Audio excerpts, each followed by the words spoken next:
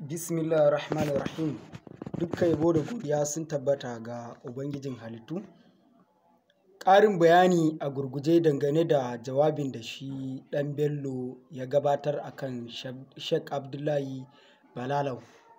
Ɗan Bello ya yi amfani da nuna bidiyon nomba na Sheikh Abdullahi Balalau. Idan muka koma muka duba bidiyonsa muka yi duba na basira, za mu fahimci cewa ɗan Bello ya nuna bidiyon nomban Sheikh Abdullahi Balalau har yake faɗin cewa an tarar da shi yana da account sama da 30, wanda wannan ba laifi ba ne a dokan ƙasa. Amma me yasa ɗan Bello ya haka? Don ya kawar da hankalin mutane kar su fahimci ina ne aka tura waɗannan kuɗaɗe miliyan 200 da ɗan kai. Idan ka tara duka kuɗaɗen da yake zargi a kai ɗin miliyan 200 ne da ɗauriya. To baya son a fahimci ina aka tura kuɗin, shi yasa ya fara kawo magana bidiyon nomban Sheikh Abdullahi Balalau da account nombansa. Amma ba wai yana nufin an tura kuɗi zuwa account na Sheikh Abdullahi Balalau bane, kwata-kwata ba haka bane. Shi ɗan Bello abin da yake zargi shine ƙungiyar Jibwis tana amfani da wasu kamfanonuwa waɗanda babu su a doron ƙasa, tana karɓan kuɗaɗe daga hannun 'yan siyasa. Har ma daga ciki yake nuna waɗansu ruɓaɓɓun classes ya ce su ne ba a gina su ba, wanda waɗancan classes da ya nuna na ɓangaren Sheikh Sani Yahaya Jingir ne, ba ma na ɓangaren Sheikh Abdullahi Balalau ba. Amma mu shiga zuwa bayaninsa. Daga ciki ya ce ƙungiyar Jibwis tana amfani ne da wasu kamfanonuwa wanda babu su, kamar yadda Murtala Garo ya yi amfani da kamfanonuwa na ƙarya, haka ita ma Jibwis take amfani da kamfanonuwa na ƙarya tana karɓan kuɗaɗe wanda kamfanonuwan kwata-kwata babu su a doron ƙasa. To daga cikin kamfani da ɗan Bello ya ambaci wasu kamfanonuwa guda 4. Mu duba mu gani shin waɗannan kamfanonuwa ɗin akwai su ko babu su a doron ƙasa. Kowane kamfani za mu ambace sa da kuma mamallakin wannan kamfani ɗin. Da farko akwai kamfanin MA Integrated Service Limited, wanda mallakinsa shine Alhaji Dikko Ɗahiru Mangal. Office nata number 1 Riba Patoka Close Maitama Abuja. Wannan ita ce kamfani na farko da ɗan Bello ya tuhuma cewa ma babu ma kamfani a doron ƙasa. Kamfani na biyu shine kamfanin da aka ba su kwangilar samar da wuta, kamfanin Jomera International Limited, wanda mallakinta shine David Olurode. Office address nata number 8 Road, yana 222 FF Estate Lokogoma a garin Abuja. Wannan ofis ɗin ita ma ɗan Bello ya nuna ita babu ita a doron ƙasa.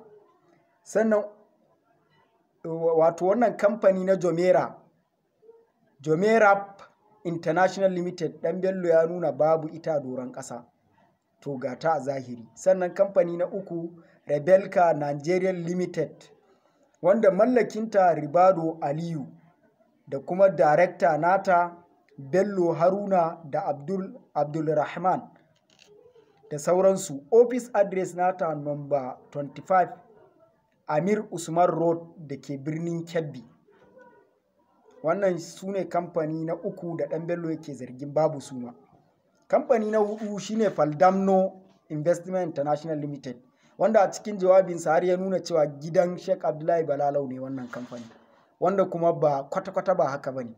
Mu je mu duba adres ɗin. Mallakin wannan kamfani ɗin shine Alhaji Ari Bukar, ƙanin marigayi Alhaji Ari Bukar Lau, wanda adres nata Hammaruwa Way Jalingo da ke Taraba. Sannan suna da office number 1 bakin kasuwa Lau Taraba.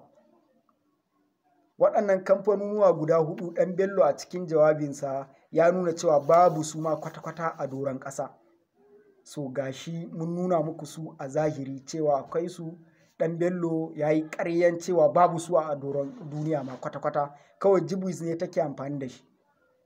wanda su kamfanuna an tura musu waɗannan kuɗaɗen ne da sunan su je su yi wa Jibwis aiki kaza da kaza. Wani lokacin ma ba Jibwis kaɗai ba har da 'yan ɗarika, wani lokaci Izala ma har da na Jos da na Kaduna. Kamar idan muka shiga cikin bayanin za mu ga haka. A ranar 19 ga watan Disamba, ɗan Bello ya zargi cewa an tura kuɗi a ranar 19 ga watan Disamba 2022 an tura kuɗi naira miliyan 139 wanda za yi primary school ma Izalan Jos da primary school wa Izalan Kaduna da primary school wa ɗarika. A ina za a yi aikin? Idan muka duba adres a ƙarƙashin rubutunsa za ka ga Kwayakusar Borno State. Mu je a bincika Kwayakusar, shin an yi wannan kamfani da aka bata aiki na MA Integrated Service Limited ta yi aikinta ko ba ta yi ba. Wannan kamfani na MA Integrated Service Limited idan muka je muka duba za mu ga ta yi aikinta kamar yadda aka bata cewa ta yi waɗannan ayyukan a garin Kwayakusar Local Government. Ta samar da classes kamar yadda aka umarce ta, haka ta samar. An tura mata kuɗi sau biyu. Har yanzu a ranar 26 ga watan Jun 2023 an tura musu raguwar miliyan 7 don ƙarasar da wannan aiki na classes ɗin, wanda aikin akwai na Izalan Kaduna gashi shine farko na Izalan Kaduna, akwai na Izalan Jos gashi nasu, sannan akwai na 'yan ɗarika ga nasu. To duka waɗannan aiki ɗin an yi su, an samar da su. Idan ka zo garin Kwayakusar za ka ga waɗannan aiki ɗin suna nan. Mazauna garin Kwayakusar sun sani, in ƙarya na faɗa za a samu wanda zai ƙaryata ne a garin Kwaya. Amma da yake gaskiya ne kuma kun bincika za ku samu, wanda mun faɗa red nasu da yake wakiltansu Right Honorable Muhtari Alu Betara shi ya ɗauki nauyin wannan aiki ɗin a zo a yi a Kwayakusar, ya ba wa kamfanin MA Integrated Service da ke Abuja ta zo ta gudanar da aikinta, kuma ta yi aikinta. Ba wai Sheikh Abdullahi Balalau aka tura kuɗi ba, mu fahimta. An tura kamfani ne kuma kamfani ta zo ta yi aikinta.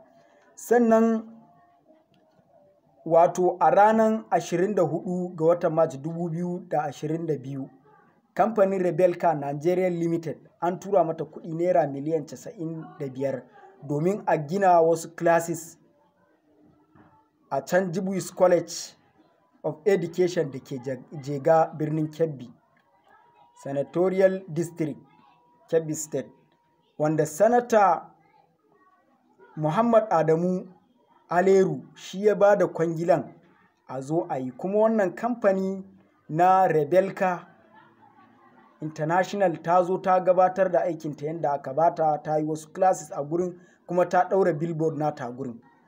Ba kamar yadda shi ɗan Bello ya nuna ma aiki ma ba yi ba, kuma ba babu kamfani. Sun yi aikinsu da kuɗi naira miliyan 95 da aka tura musu a birnin Kebbi. A je a tambayi mutanen birnin Kebbi, shin a Jibwis College of Education a Jega Kebbi an yi waɗannan classes ɗin ko ba yi ba? An yi su.